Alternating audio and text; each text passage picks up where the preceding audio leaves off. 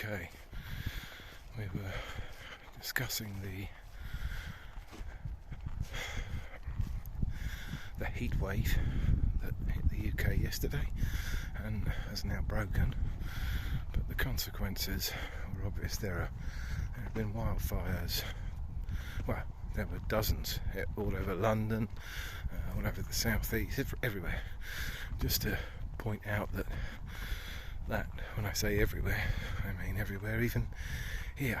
I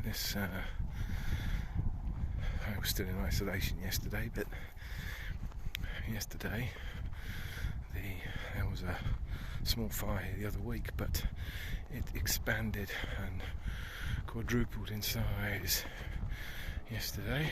I think it's probably I guess it's a pretty big area. It was a sizable thing. It took them hours to put out, and it did a lot of damage.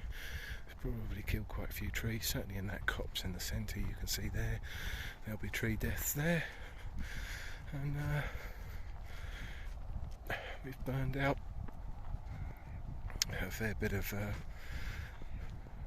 the field here.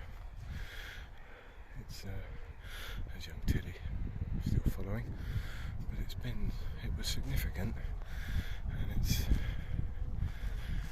it's out now definitely because of the bit of rain we've had will have just damped everything down. But it was enough that it took out a reasonable size area reasonably swiftly, and they really had to. They brought in quite a lot of fire staff, and they were here for a long while, evidently, keeping everything damped down and under control. But as I get close to it, you can see just how big that area is. I would think it's 250 metres to the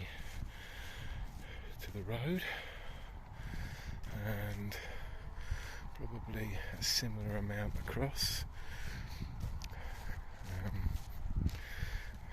So luckily it was here and not further away from the road, or there would have been probably far greater consequences, as it would have been more difficult to get under control. But it certainly blackened everything off,